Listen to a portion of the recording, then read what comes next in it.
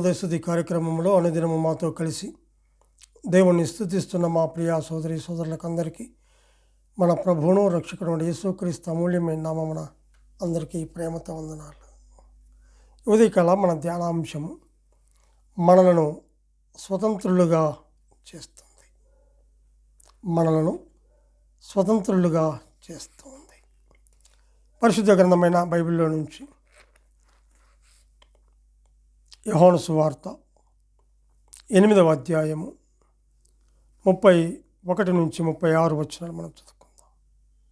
కాబట్టి యేసు తనను నమ్మిన యూదులతో, మీరు నా వాక్యమందు నిలిచిన వారైతే నిజముగా నాకు శిష్యులై ఉండి సత్యమును గ్రహించెదరు.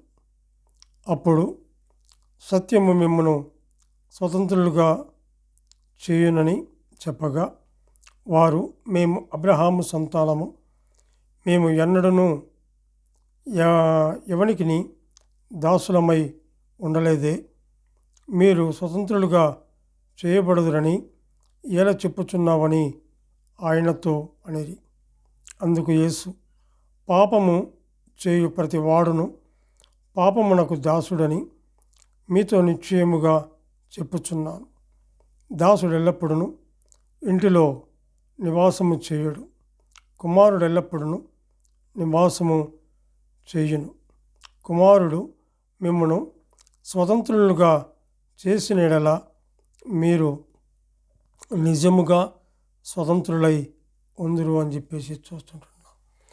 ప్రతి ఉదయకాల వేళలో అనుదిన అరుణోదయ స్తుతి కార్యక్రమంలో ఆయన సన్నిధిలో చేరి ఆయన మరి స్తుతించి గణపరిచే భాగ్యాన్ని దేవుడు మనకు అనుగ్రహించాడు. ఈ స్వాతంత్ర్యము మనకు అనుగ్రహించాడు. ఒకప్పుడు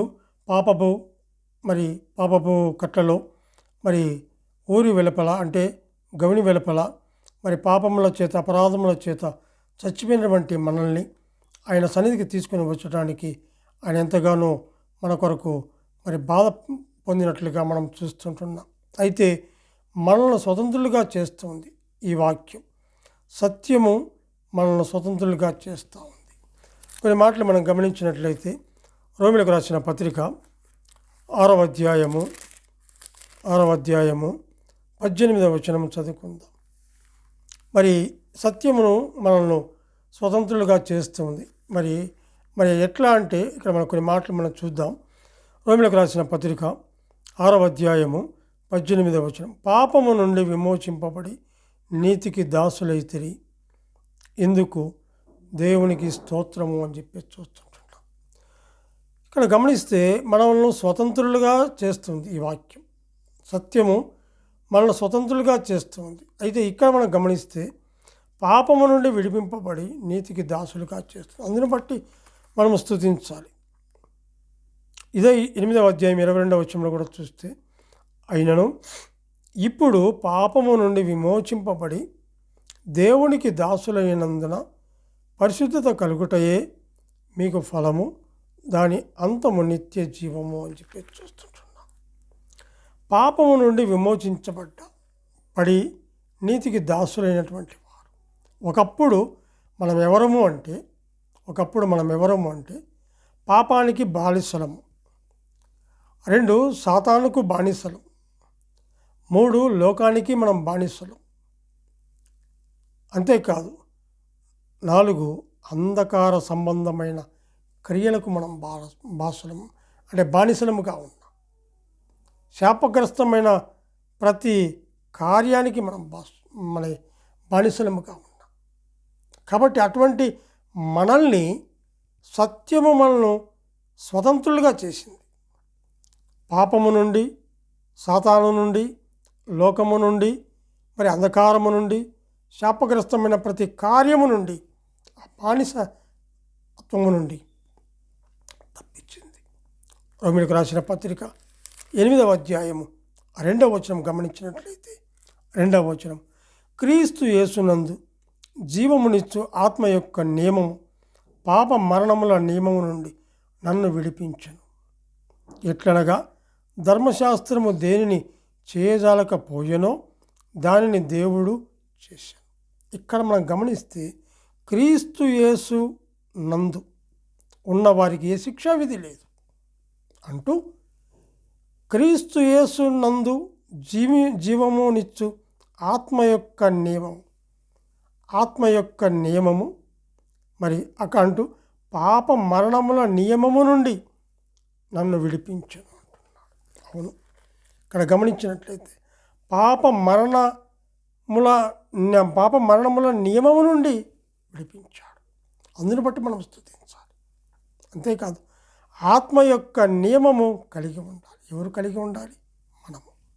ఆయన ఆరాధించేవారు, ఆయన స్తుతించేవారుగా మనం ఉంటుండగా ఆత్మ యొక్క నియమము కలిగినటువంటి వారు ఆత్మ అయినటువంటి దేవుణ్ణి ఆత్మతోనూ మరి ఆత్మరూపు అయినటువంటి ఆయన్ను మరి మనం స్తుతిస్తాం.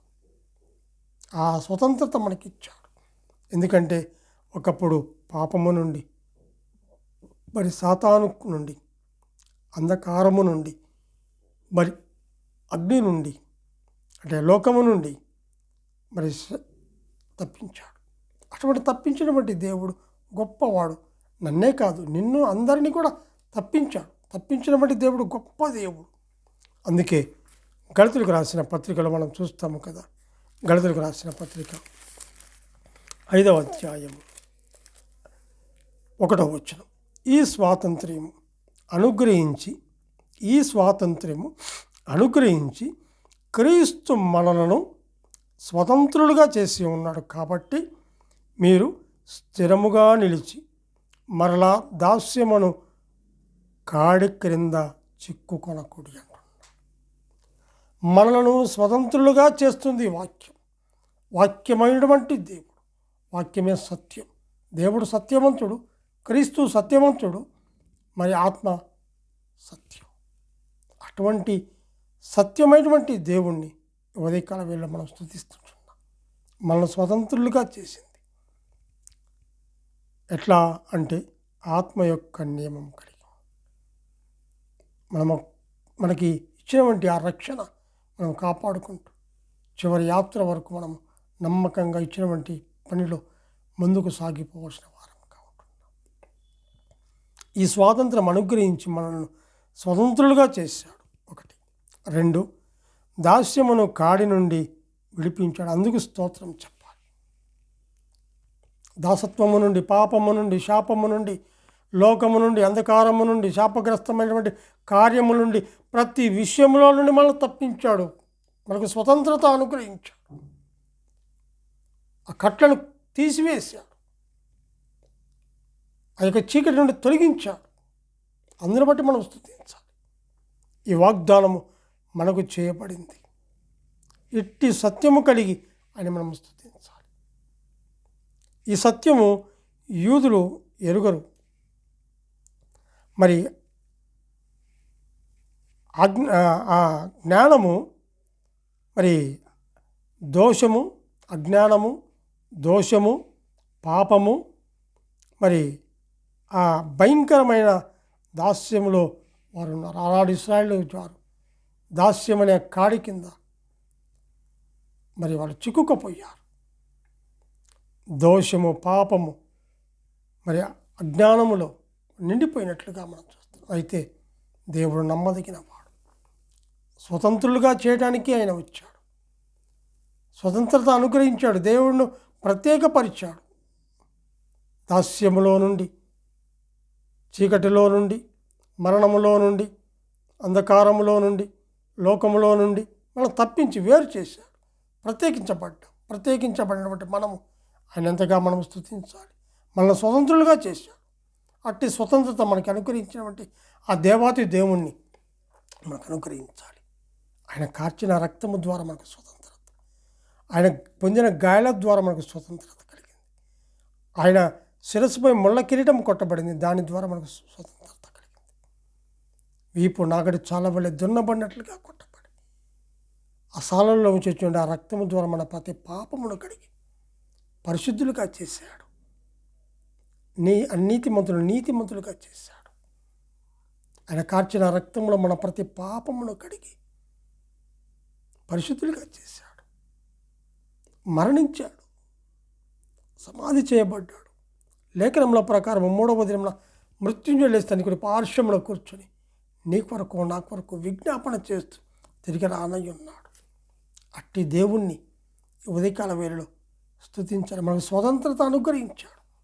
ఆయన సన్నిధిలో కూర్చుండే భాగ్యాన్ని, ఆయన వాక్యము చదివే భాగ్యాన్ని, ఆయన సన్నిధిలో చేరి ప్రార్థించే భాగ్యాన్ని, కొనియాడే భాగ్యాన్ని, స్తుతించే భాగ్యాన్ని, ఆరాధించే భాగ్యాన్ని మనకు అనుగ్రహించాడు. లోకంలో ఉన్నదే ఎవరికైనా, లోకంలో ఉన్నవారికి లేదు, నీకు నాకు అనుగ్రహించాడు. అట్టి దేవుణ్ణి కలిగినటువంటి మనము ధన్యులముగా ఉన్నాం. మనలను స్వతంత్రులుగా చేస్తుంది వాక్యమైనటువంటి దేవుణ్ణి ఉదయకాల వేళలో మనము నోరారా స్తుతించి పూజించి నమస్కరించవలసిన వారముగా మనం ఉంటున్నాం. దేవుడు కొద్ది లేఖనాలను దీవించునుగాక. ప్రార్థన చేసుకుందాం. కృపా సత్య సంపూర్ణమైన మా ప్రియ పరలోకపు తండ్రి, మీ మధు కుమారుడు ప్రియకుమారుడు రక్షకుడు యేసుక్రీస్తు అమూల్యమైన నామమున స్తుతులు స్తోత్రములు చెల్లించుకుంటున్నాము. దేవా, మమ్మల్ని స్వతంత్రులుగా చేశారు. పాపము నుండి, శాపము నుండి, అంధకారము నుండి, లోకము నుండి తప్పించి దేవా, శాపగ్రస్తమైనటువంటి ఆ ప్రతి కార్యం నుండి మమ్మల్ని తప్పించి మీ సొత్తైన బిడ్డలుగా మమ్మల్ని చేసుకొని మీ పాదముల చెంత కూర్చొని మీ మాటలు చదివే భాగ్యాన్ని, ప్రార్థించే భాగ్యాన్ని మీరు మాకు అనుగ్రహించారు. అట్టి గొప్ప దేవుణ్ణి స్తుతిస్తుంటున్నాం నాయన. మాకు స్వతంత్రత అనుగ్రహించినటువంటి గొప్ప దేవుణ్ణి నోరారా, మనసారా, హృదయమారా, తనివి తీరా మీకు కృతజ్ఞతాస్తుతులు చెల్లించుకుంటున్నాం. మీరు మాకు అనుగ్రహించినటువంటి రక్షణ బట్టి మీకు స్తోత్రాలు చెల్లించుకుంటాం. మా రక్షకుడైన యేసుక్రీస్తు నామమున స్తుతులు స్తోత్రములు చెల్లించి ప్రార్థన చేయుచున్నాము తండ్రి. ఆమెన్.